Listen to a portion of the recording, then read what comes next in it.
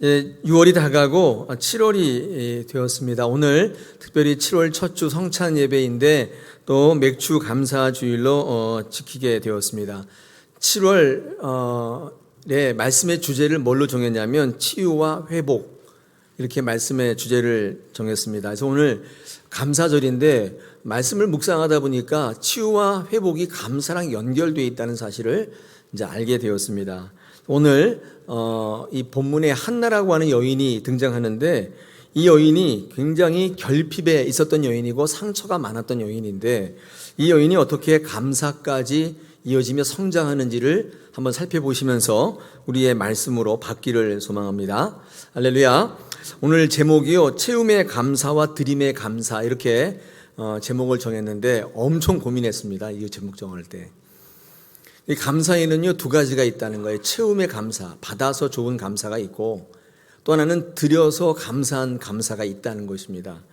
오늘 이 말씀을 이제 묵상할 텐데, 우리 본문이 오늘 이제 사무엘상 2장인데 그 전후 관계를 좀 묵상하기 위해서 1장도 좀 보셔야 되니까 성경을 이렇게 펴셔 놓으시고 1장, 2장 왔다 갔다 하면서 말씀을 좀 같이 나누겠습니다. 자, 말씀드린 것처럼 이 한나란 여인이 등장하는데, 한나는요, 아이를 낳지 못해서 굉장히 상처가 많은 여인이었습니다. 아이를 낳지 못한다는 사실 때문에 주변 사람들에게 상처를 많이 받았습니다. 그래서 특히 분인나라고 하는 여자가 있었는데, 아마 남편이 엘가나인데 또 다른 아내였던 것 같아요. 이 분인나는 한나를 격분케 했다. 우리 1장 7절에 보니까 한나를 격분케 했다. 뭐라고 격분케 했냐면, 너 애 못 낳지? 나 애 많이 낳는다. 뭐 이렇게 막 자랑했겠죠. 속을 막 긁어댔겠죠. 그래서 이 분인나 때문에 상처가 엄청나게 많았습니다. 분노했어요. 격분했단 말이죠. 근데 이 한나가 또다시 상처를 받는 사람이 남편 엘가나였던 것입니다. 이 남편 엘가나는 한나의 마음을 끌어서가 아니라 너무 잘해줘서 상처받았습니다. 오늘 1장에 보니까 제사를 드릴 때 제물의 분깃을 분인나와 그 자녀들보다 갑절을 주었다, 이렇게 기록되어 있습니다. 너무 잘해줬어요. 여러분, 잘해줘도 상처가 되는 것입니다. 그렇죠? 너무 잘해주니까 상처가 돼요. 오늘 우리 4절에 1장 4절에 보니까 제사를 드리는 날에 제물의 분깃을 그의 아내 분인나와 그의 모든 자녀에게 주고 또 한나에게는 갑절을 줬다. 너무 잘해주니까 상처예요. 이거 뭐 어떻게 생각하세요? 속을 끌거나도 상처, 잘해줘도 상처. 왜 상처예요?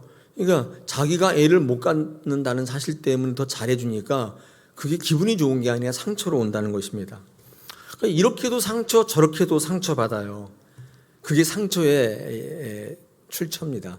그래서 여러분, 상처는요, 상처의 이유는 내게 있지 않아요. 남에게 있지 않아요. 내게 있어요. 이래도 상처, 저래도 상처예요. 나한테 있어요. 그릇 차이예요. 내 그릇 때문에 오는 거거든요. 사람이 모여 있는데 상처가 없을 수는 없어요. 근데 내 그릇이 얼마냐에 따라서 상처가 되기도 하고 안 되기도 하는 겁니다. 그러니까 상처를 얘기할 때 그 누구 때문이라고 하는 이 접근은 그 자체가 병든 거예요. 접근 자체가 병든 접근입니다. 여러분, 책 가운데 그런 거 있다 그랬죠. 가게에 흐르는 저주를 끊으라, 뭐 이런 책이 있는데 저도 한번 읽어봤는데 아주 좋지 않은 책이에요. 왜냐하면 흐름 자체를 누구 탓으로 돌리는 거예요. 가게의 저주를 나 때문이라고 보지 않고 그 누구 때문이라고 하는 거기 때문에, 여러분, 접근 자체가 병든 거잖아요. 이런 모든 이유가 나에게 있어요. 상처의 이유는 나에게 있어요.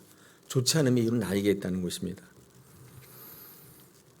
여러분, 이 남편에게만 상처받은 게 아니라 하나님께도 상처를 받았습니다.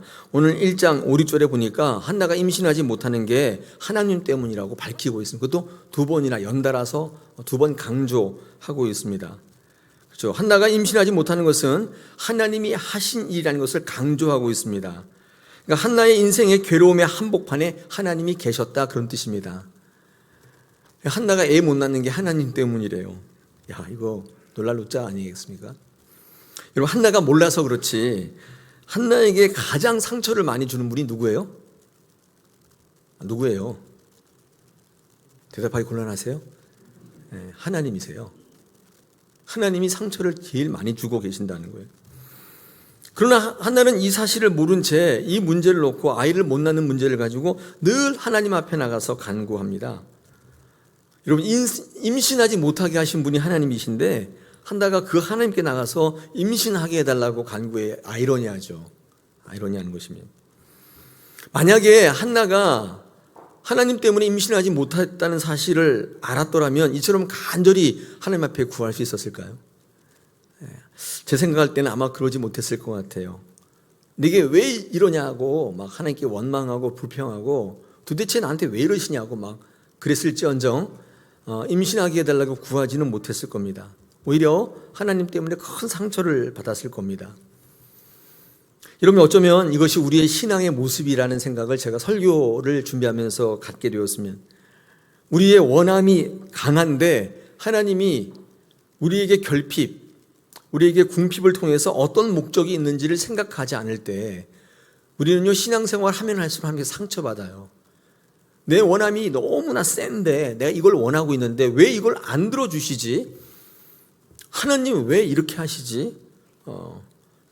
목적을 모르면 하나님 내게 궁핍하게 하시고 결핍하게 하시고 고난과 환난을 당하게 하시고 아프게 하시고 어렵게 하셨다면 그 목적을 모르면 이 신앙생활 하면 할수록 이제 하나님께 상처받아요. 왜냐하면 안 이루어주시거든요. 근데 하나님의 목적이 어딘 따로 있는데 이게 뭐 안 이루어주시거든요. 여러분, 그래서 하나님의 목적을 모르고 나의 원함만을 가지고 신앙생활할 때 큰 상처가 됩니다. 누구에게 상처받는 게 아니라 하나님께 상처받아요.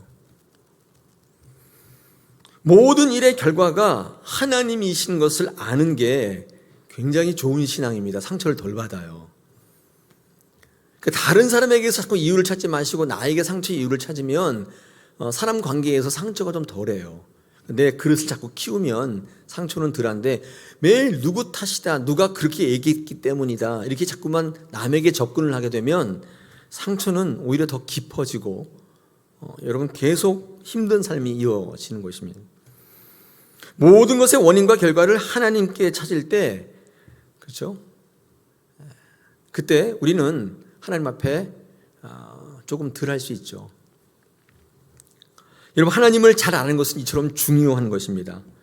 여러분의 신앙의 퀄리티를 결정해요. 하나님 모르시면, 하나님 모르면 여러분의 원함만 가지고 계속 신앙생활하면 그것만 계속 쏟아놓으시면 하나님은 그걸 통해 뭘 이루려는 뜻이 있는데 그걸 모르고 계속 그냥 요구만 해대면 이게 계속 이제 원망이 있어지고, 왜냐하면 그렇게 잘 안 되니까. 그래서 서로 만나지 않는 평행선이에요. 이거 여기 보세요. 이렇게 달려요. 달려가요.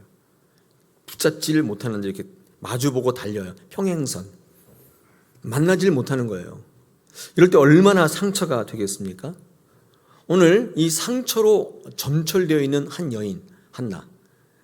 아이를 못 낳아가지고 뭐 또 다른 그 엘가나의 부인에게 계속 끌키고 남편이 잘해줘도 상처받고 자기가 믿는 하나님께 상처받고 뭐 이런 아주 기구한 인생이죠.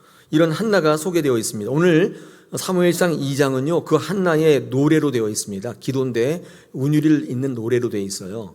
근데 여러분, 이 한나의 노래를 읽어보시면 이 한나가 그 실패로, 상처로 실패했다 그렇게 끝나는 게 아니라 하나님께서 그 한나의 결핍과 궁핍을 통해서 하나님께서 승리하셨다는 이야기가 주된 관점입니다. 이게 주제예요.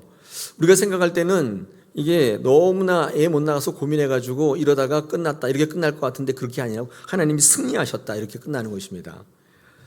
한나의 바램을 통해서, 한나의 결핍과 궁핍을 통해서 하나님은 그 목적을 이루시고 계시기 때문에 한나가 어려운 인생을 살았지만 실패가 아니라 한나는 승리한 거예요. 하나님께 쓰임받고 하나님께서 그를 사용하시고 하나님의 목적을 이루시기 때문에 승리한 인생을 살았다는 것입니다.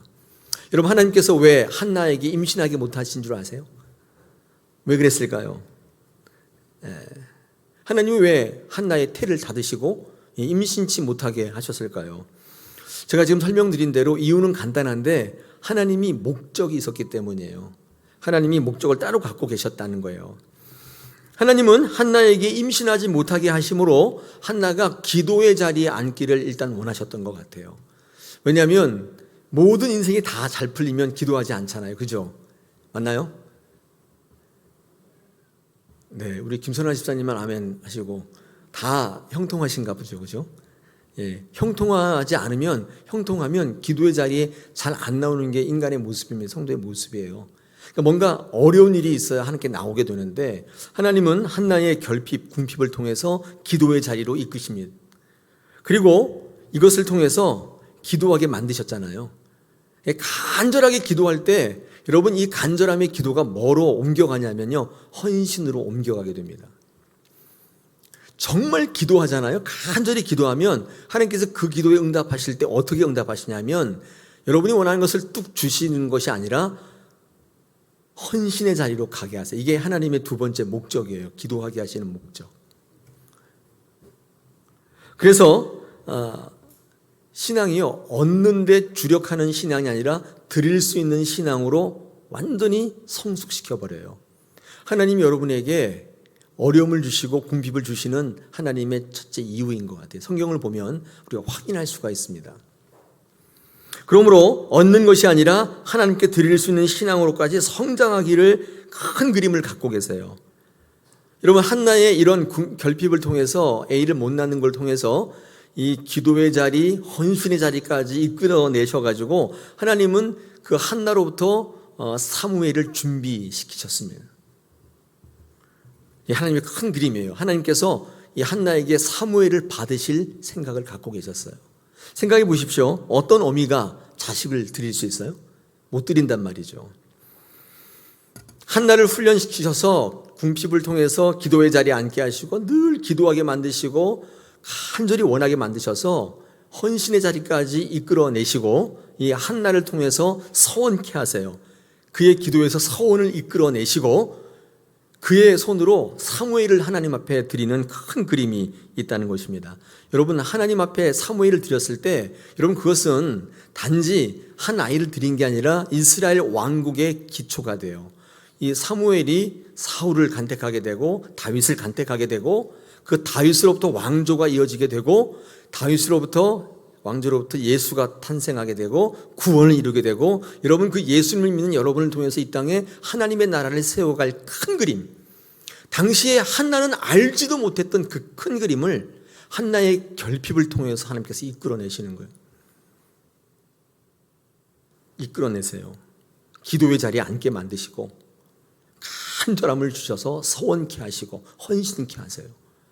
그 헌신을 통해 사무엘을 받기를 준비하셨고 그 뜻을 계속 이루어 나가는 것입니다. 여러분, 한나는 하나님의 뜻을 알았을 때 이 사무엘을 그렇게 원했던 아이를 낳았는데 그 아이를 하나님께 드리게 됩니다. 왜 드릴 수 있었냐면 그가 채우는 신앙이 아니라 드릴 수 있는 신앙으로 바뀌었는데 왜 채우는 것보다 드리게 되었냐면 드릴 때 또 채워주실 것을 믿었기 때문이에요. 여러분, 오늘 2장 21절 한번 보십시오. 사무엘상 2장 21절 보면 여기에 이렇게 되어 있습니다. 여호와께서 한나를 돌보시사 그로 하여금 임신하여 세 아들과 두 딸을 낳게 하셨고 이에 사무엘은 여호와 앞에서 자라니라. 여러분, 그토록 아이를 낳아서 한 명만 낳으면 좋겠다고 생각했는데 그래서 그 간절함이 헌신이 되어서 서원해서 아이를 드렸는데 그것을 끝나는 게 아니라 정말 한나의 믿음대로 드리니까 또 채워주시는, 놀랍게 채워주시는 하나님의 역사가 그의 인생 가운데 계속 이어지는 것을 볼 수가 있습니다. 결핍이 하나님 앞에 이끌어졌을 때 여러분 그 결핍을 통해서 하나님은 큰 일을 이루십니다.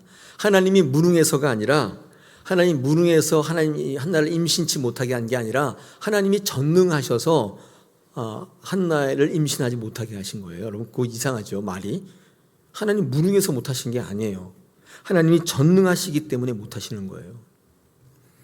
하나님이 한나에게 임신하지 못하게 하신 데는 하나님의 이런 큰 뜻이 있었기 때문입니다.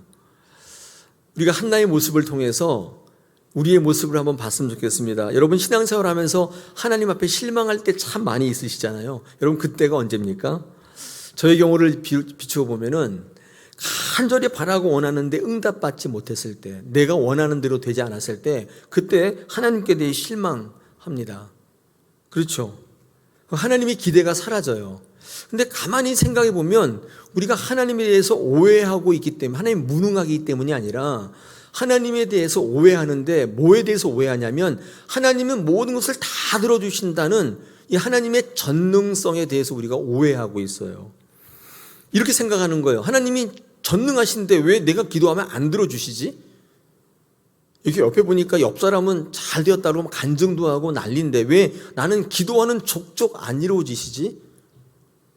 이런 일이 발생하면요, 하나님을 오해하는데 뭘 오해하냐면 하나님이 전능하시다는 걸 오해해요. 하나님 전능하다는 거 그거 다 거짓말이다. 그래서 많은 사람들이 그래, 다 믿어봐야 소용없다고 막 그러고 다녀요. 그런 분들 주변에 혹시 계세요? 아마 이런 과정 속에 계셨던 것 같아요. 열심히 간구했는데 이루어지지 않을 때 하나님이 무슨 전능해, 내가 해보니까 아니라고 그렇게 말씀하고 다니는 것입니다. 여러분, 하나님의 전능성은요, 하나님의 전능성만 가지고는 설명이 불가합니다. 하나님의 전능성은요, 뭘 갖고 같이 가야 되냐면 하나님의 목적성과 같이 가야 비로소 이해돼요. 하나님이 전능하시다는 그 말 하나 갖고는 하나님이 우리 인생 가운데 이루시는 전능성을 이해할 수가 없어요.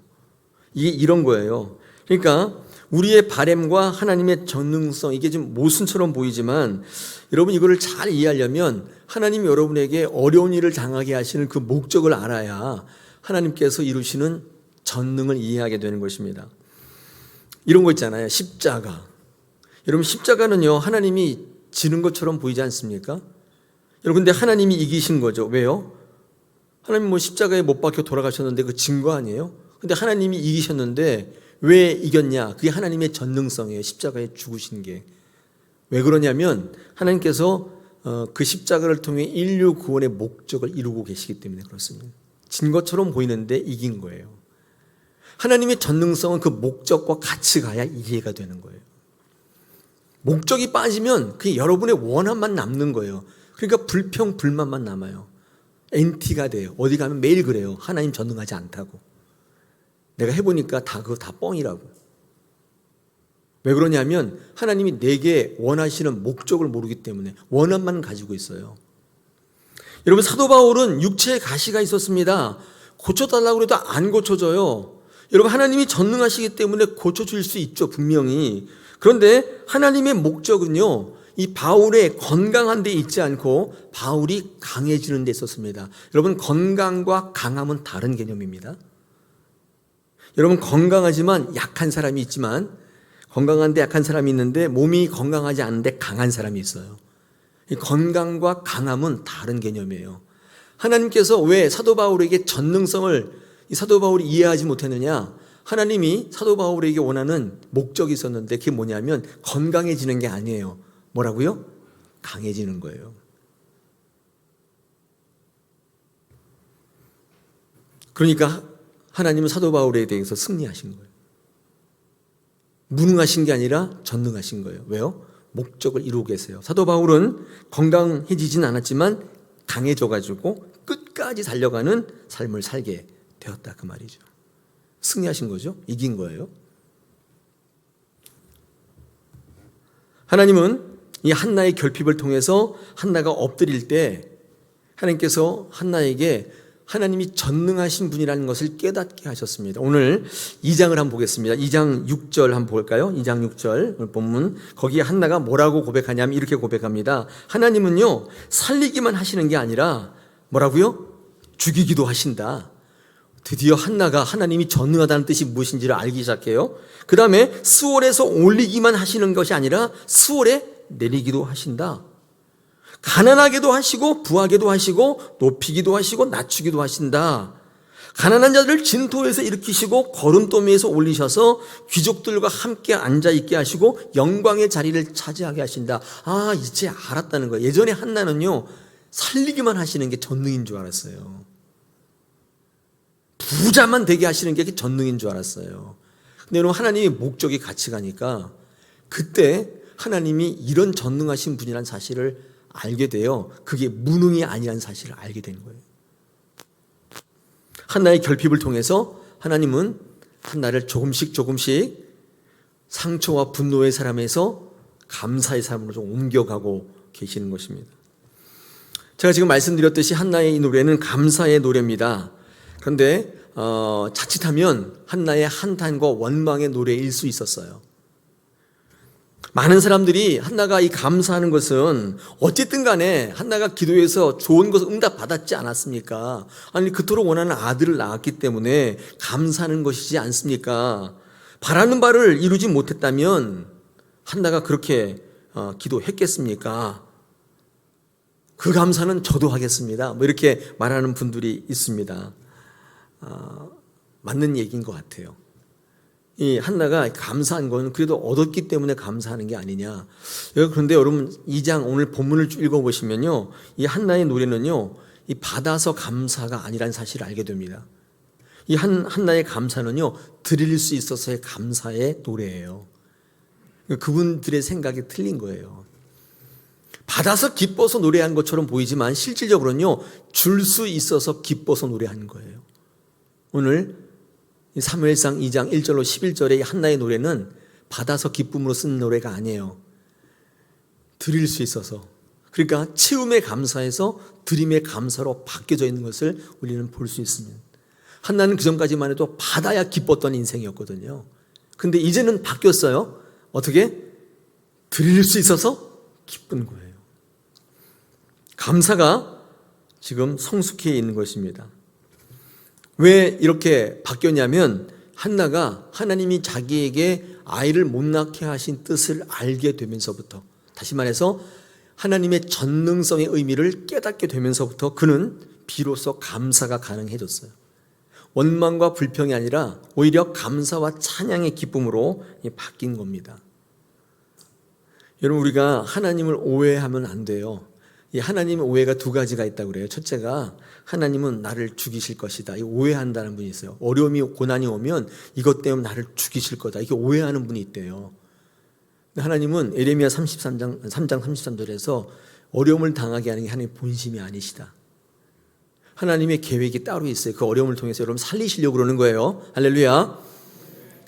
네, 진짜예요. 살려요. 근데 어떤 분은 오해하는데 어려우니까 나 이것 때문에 죽을 것 같다. 죽지 않습니다. 하나님께서 그걸 통해 여러분을 세우시려는 목적이 있다. 두 번째 오해는 뭐냐면 내 것을 다 빼앗아 가신다. 이렇게 생각하신다는 거예요. 근데 하나님께서 모든 걸 다 지으시고 만드시고 여러분의 돈도 옷도 집도 차도 다 만드신 분이에요.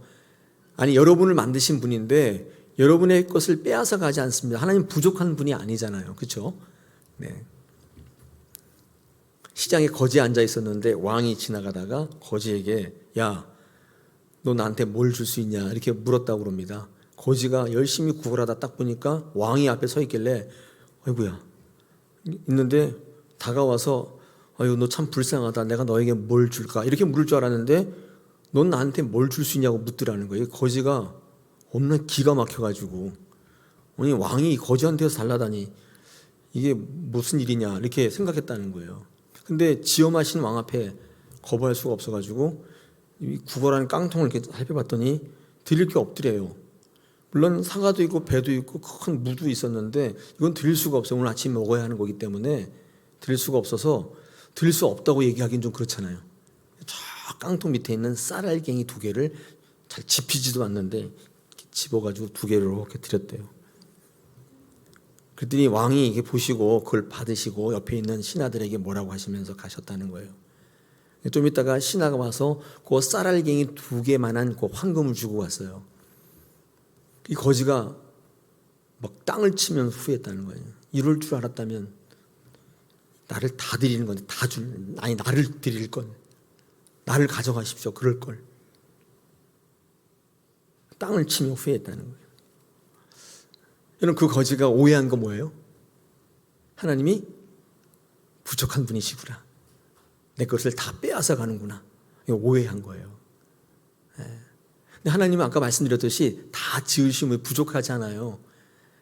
빼앗아 가지 않죠. 그러면 하나님께서 왜 거지에게 왜 달라고 했을까요? 여기 성경 공부 아니지 장기도 성경 물어볼 뻔했네. 왜 달라고 할까요? 한 가지입니다. 시험하시기 위해서요. 시험하시기 위해서요. 하나님에게 충성하시는 종인지 시험하시기 위해서 왕에게 그 이유밖에 없어요. 이런 거지가 오해했잖아요. 자기가 빼앗아 간다. 근데 여러분 오해하지 마세요. 하나님께서 뭘 달라고 하실 때 야, 내 거를 빼앗아, 이게 오해한다는 거예요. 시험하시는 거예요. 여러분 그 아브라함에게 네 아들 이삭을 달라고 했을 때 시험했잖아요. 그때 드리려고 그랬잖아요. 그래서 하나님께서 뭐라고 그래요? 이제야 네가 나를 경외하는 줄 알겠다. 시험에 합격한 거예요. 여러분, 하나님은 절대로 여러분 죽이시지 않습니다. 하나님 절대로 여러분의 것을 빼앗아 가지 않으세요. 이 모든 것들을 채워주시고 세우시기 위한 하나님의 방법이에요. 할렐루야. 여러분, 한나가 이것을 알았을 때 채움의 감사에서 드림의 감사로 바뀌기 시작합니다. 여러분, 우리의 믿음의 선조들이 우리에게 뭐라고 권면하냐면 무조건 감사라고 합니다. 무조건. 이 대표적인 게 데살로니가전서 15장 15, 16, 17, 18절인데 제가 읽어드리겠습니다. 항상 기뻐하라, 쉬지 말고 기도하라, 범사에 감사하라. 이는 그리스도 예수 안에서 너희를 향하신 하나님의 뜻이다. 여러분, 이게 무조건 감사라는 이 사도 바울의 권면이거든요. 여러분, 범사에 감사라는 게 이게 뭐예요? 무조건 감사잖아요. 이 사도 바울이 왜 우리에게 이렇게 권면하는 줄 아세요? 사도 바울이 살아보니까, 사도 바울이 하나님 만나서 이렇게 겪어보니까 하나님은 반드시 이루시는 분이다. 이걸 확신하고 있는 거예요. 그래서 무조건 감사하면 돼. 먼저 감사하면 돼. 그러면 하나님께서 너에게 뭐 부족한 것처럼 보이는데 그게 마지막에는 하나님께서 다 채워주시는 거 끝나. 한 번도 틀린 적 없어. 그러니까 무조건 감사해. 하나님이 기뻐하시는 감사는 선제적 감사야. 미리 감사하는 거야. 이후의 감사가 아니야. 너 손에 받았을 때 감사하지 마. 그것보다 더 큰 축복은, 더 큰 감사는 미리 감사야. 선제적으로 감사해. 이 사도 바울이 이걸 깨달았기 때문에 항상 믿음의 사람들에게 뭐라고 권면해? 무조건 감사해. 따지지 마. 뭐 이건 이랬는데 저건 저랬는데 이렇게 하지 마. 내가 겪어보니까 한 번도 하나님은 틀린 적이 없으죠. 한 번도 하나님은 바꾸지 않으셔. 아직 오지 않았지만 선제적으로 감사해. 그 은혜가 더 커. 여러분, 그게 데살로니가전서 5장 16, 17, 18절. 그게 하나님의 뜻이래요. 여러분, 오늘 이 맥주감사주일인데 우리 한번 감사를 한번 돌아보시면, 그렇죠. 오늘 뭐 나는 절대 감사할 수 없어.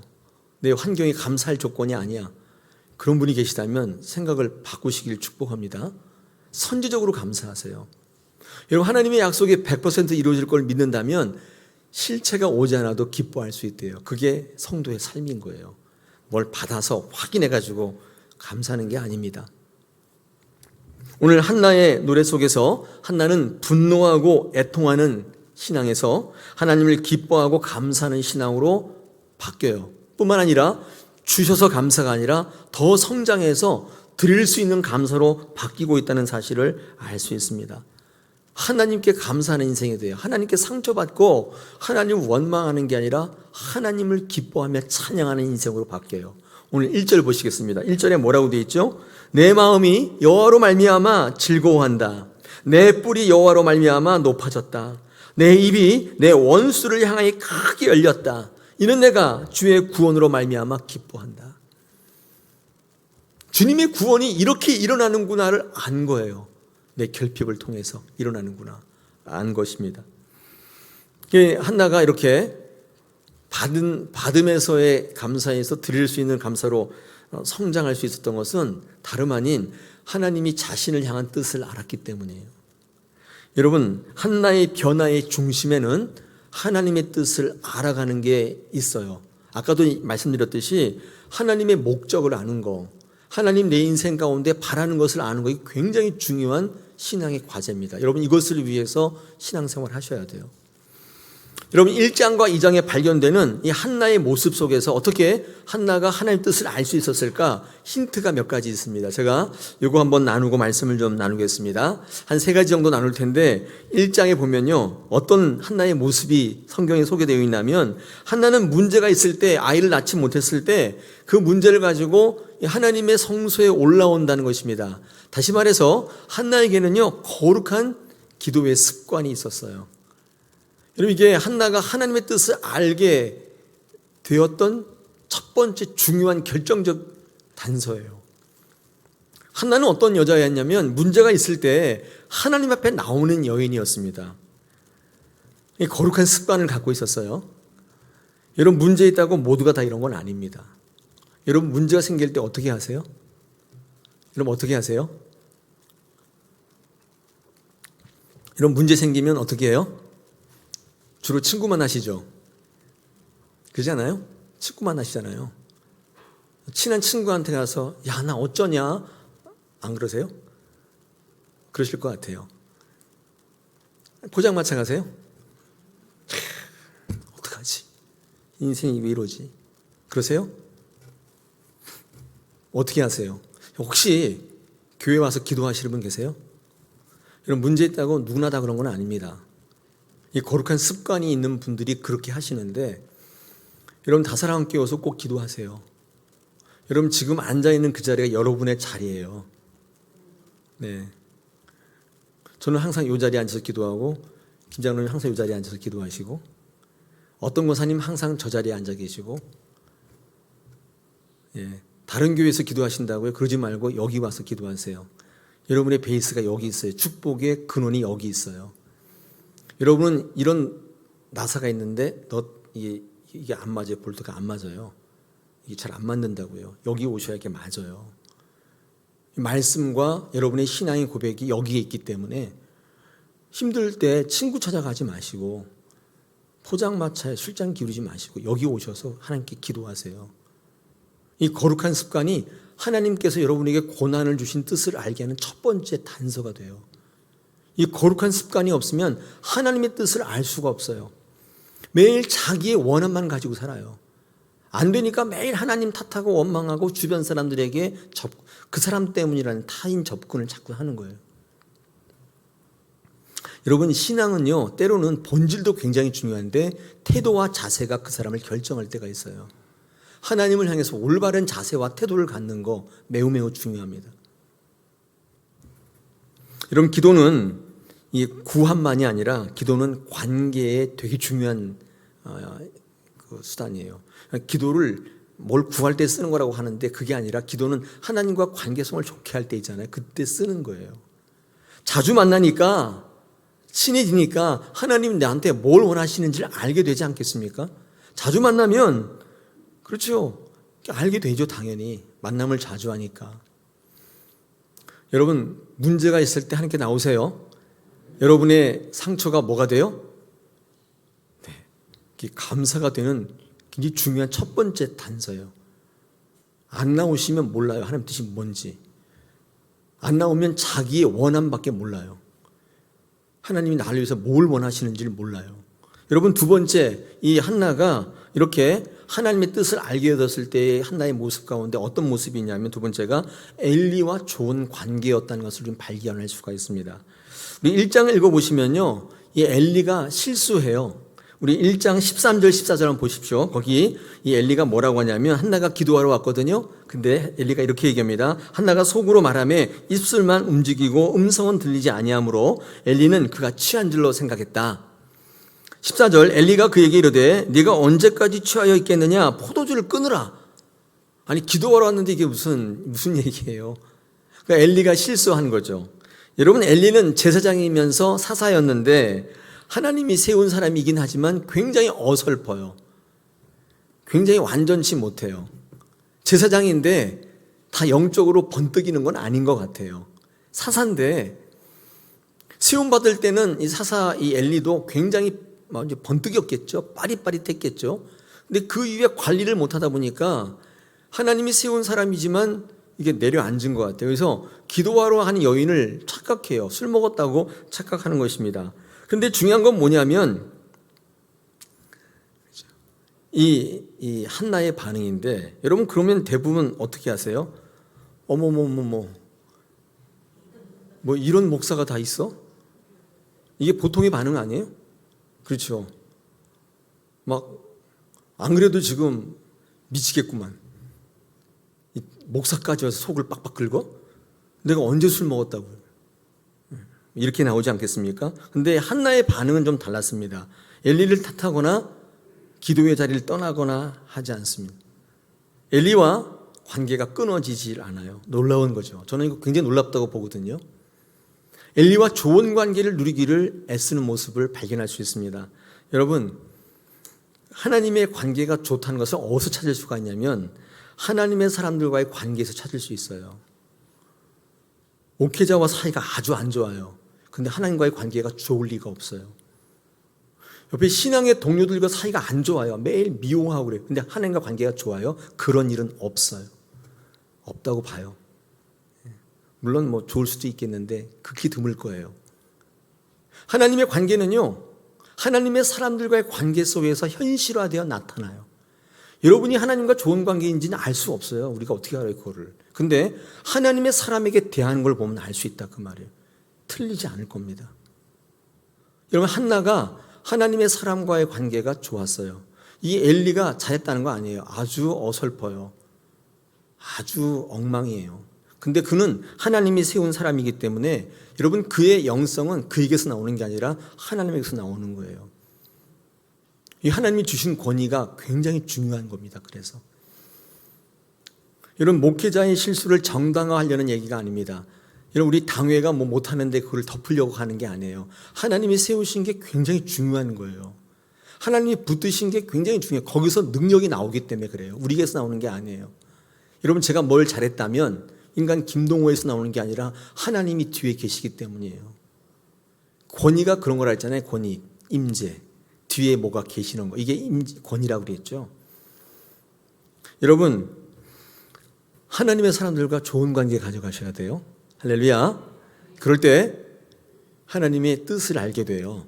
그래서 분노와 상처가 감사로 바뀌는 중요한 전환을 경험하게 돼요. 안 그러면 계속 분노해요. 계속 상처로 남아요. 감사로 이어지지 못하는 것입니다.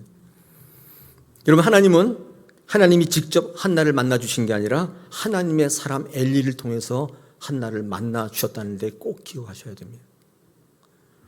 하나님의 사람 엘리가 오늘 1장 17절에 보니까 한나를 축복합니다. 뭐라고 축복하죠? 17절 보니까 평안히 가라, 이스라엘 하나님이 네가 기도하여 구하는 것을 허락하시길 원한다, 이렇게 축복을 합니다. 그런데 여러분, 이 축복으로 끝나는 게 아니라 한나가 여기에 응답해요. 한나가 여기에 뭐라고 응답합니까? 우리 17절에 보니까 18절에 보니까 뭐라고 응답합니까? 네, 그럼 당신의 여종이 당신께 은혜 입기를 원합니다. 이렇게 화답합니다. 저 같으면 아니 무슨 이 엉터리 제사상에 무슨 축복을 하고 있어? 근데 그럴 것 같은데 한나는 그렇게 여기지 않고 그 축복에 응답을 하는 것입니다. 아멘한 거예요. 이때 한나가 달라지기 시작한 것입니다. 평안해져요.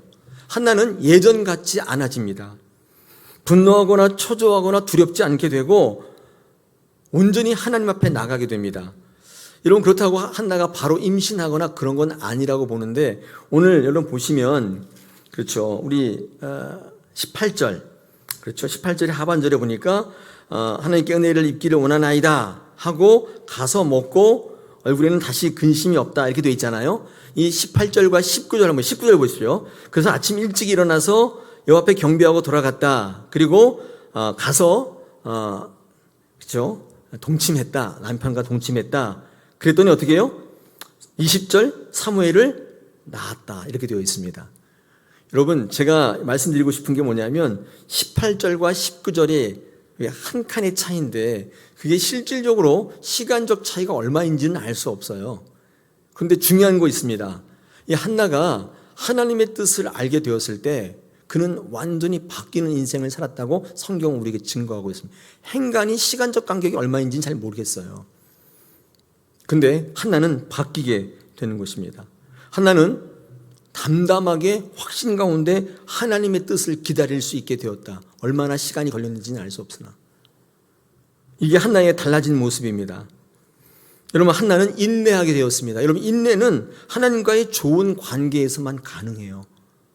하나님을 확신할 때만 인내가 가능해요. 기다릴 수 있어요. 하나님을 확신하지 않는데 어떻게 기다려요? 딴 데를 가야죠. 여러분, 인내는 신뢰이기 때문에 그렇습니다. 한나가 완전히 바뀐 거예요.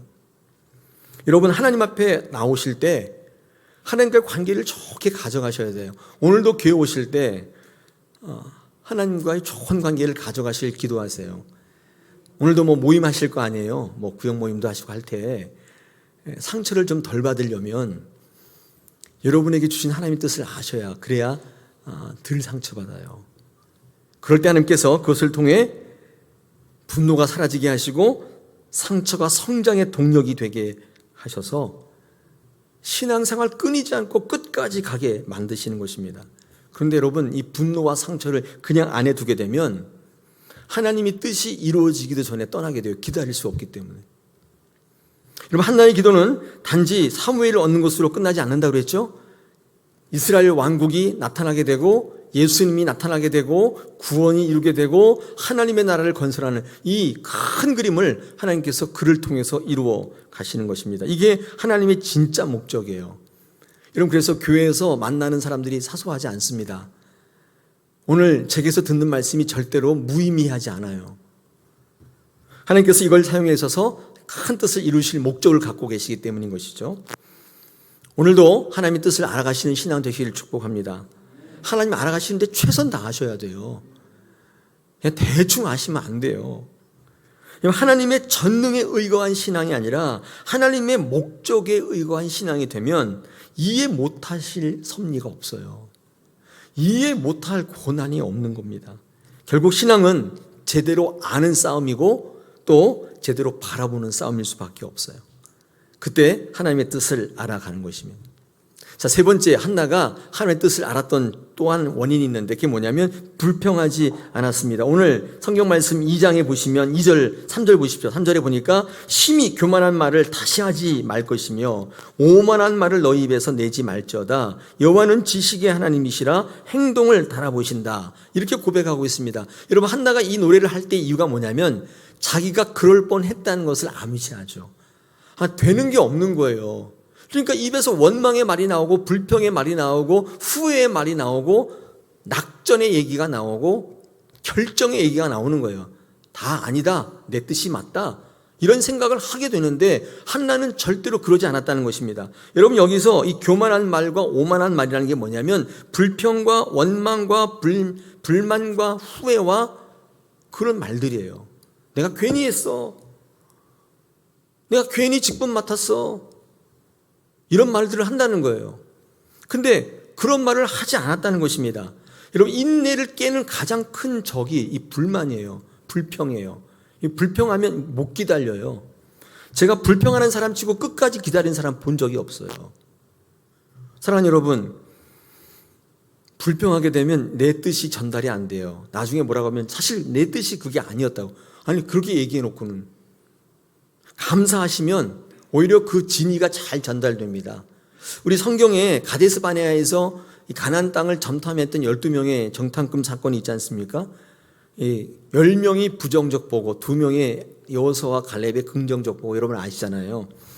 이스라엘 백성들이 처참하게 멸망했던 이유는 여러분 그 현실적 조건이 아니에요. 사실은 원망과 불평과 저주와 후회, 이 말 때문에 그들이 끊어진 것입니다. 저는 그 말씀 묵상할 때 오히려 그 백성들이 불평하지 않고 불만하지 않고 차라리 그냥 침묵했더라면 어땠을까?